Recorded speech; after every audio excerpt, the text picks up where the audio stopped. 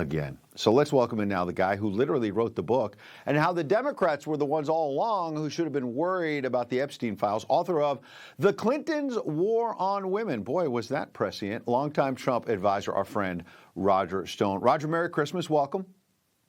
Great to be with you. As you know, Bill Clinton had heretofore stoutly denied he was ever on Epstein's island, despite the fact that the FAA manifests from the period, also the sworn testimony of at least 3 of the Epstein victims who refused multi-million-dollar settlements to press forward, including Virginia Roberts Giuffre, all have eyewitness testimony regarding the fact that Bill Clinton was very much on the island. He also was on the plane 27 individual times.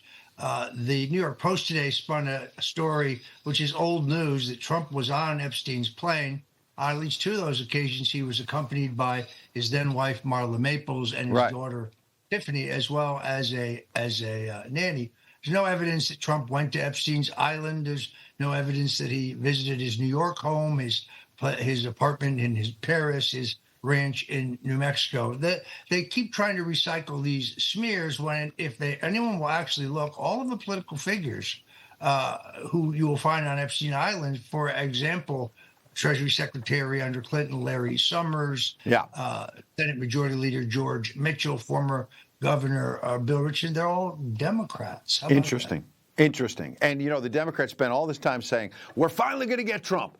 Let's force the release of these thousands of pages that mostly, as you suggest, embarrass Democrats. And all they seem to get about President Trump, allegedly, because it turns out to be a fake, is a letter that emerged this week purported to be written by Epstein while he was in prison before killing himself to Larry Nassar, who had also gotten in trouble for being a pedophile and was also in prison. Some of the media ran with it, and now the DOJ is saying it's a fake. Quote, the writing does not appear to match Epstein's. The letter was postmarked 3 days after Epstein's death out of Northern Virginia, when, as we all know, he was jailed in New York. The return address did not list the jail where Epstein was held, and it did not include his inmate number, which is required, of course, for outgoing mail. Roger, after all of this, that's all the Democrats could come up with about Donald Trump, and it's a fake? It's just as big a fugazi as the so-called birthday card that the Wall Street Journal has published. First of all, who types a birthday card? No one.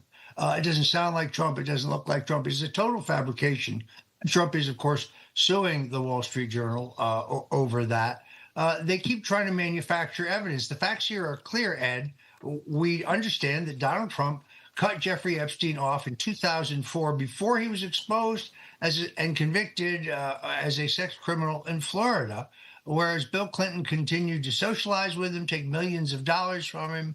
He put up the seed capital for the Clinton Foundation and the Clinton Global Initiative. And the Democrats are about to get what they've asked for. I'm for full disclosure. I don't want to redact anything other than the names of the victims. I think it's time for the American people to see all of this. It will backfire spectacularly on the Democrats, as it has been doing. There you go. And the president says, so let's focus on what matters to real Americans, which I think, and you know, is the economy. And in successive weeks, while the Democrats talk about Epstein and other things, you've had a CPI report on inflation say it's coming down much sharper than the experts said.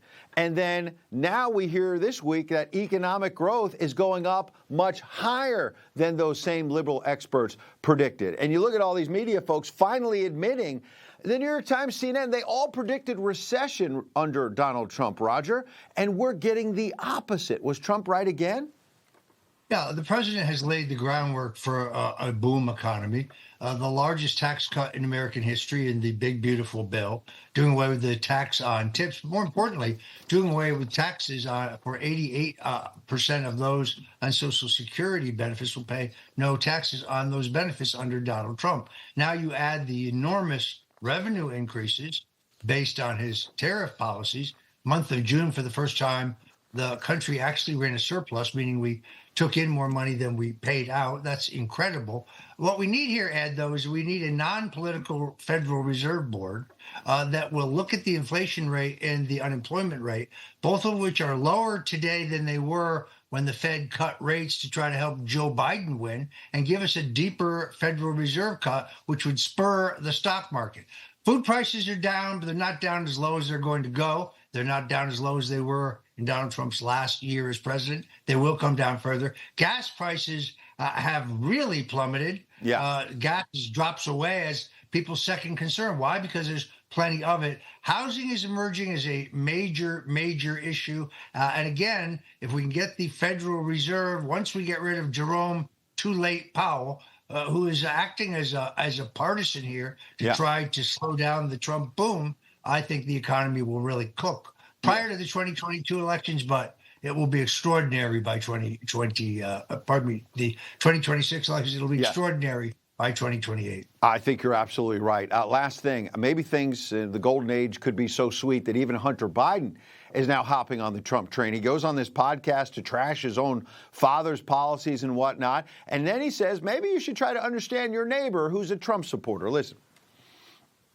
You have conservative values.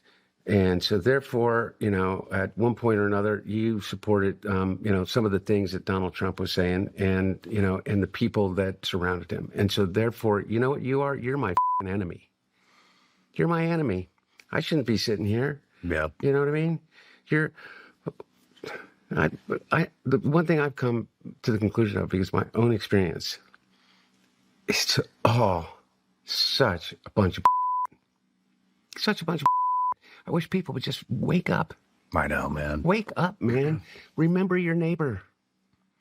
Remember your neighbor, who, by the way, may have voted for Donald Trump. His father called Trump supporters Nazis and fascists and all the rest. And now he says, like Rodney King, why can't we all just get along?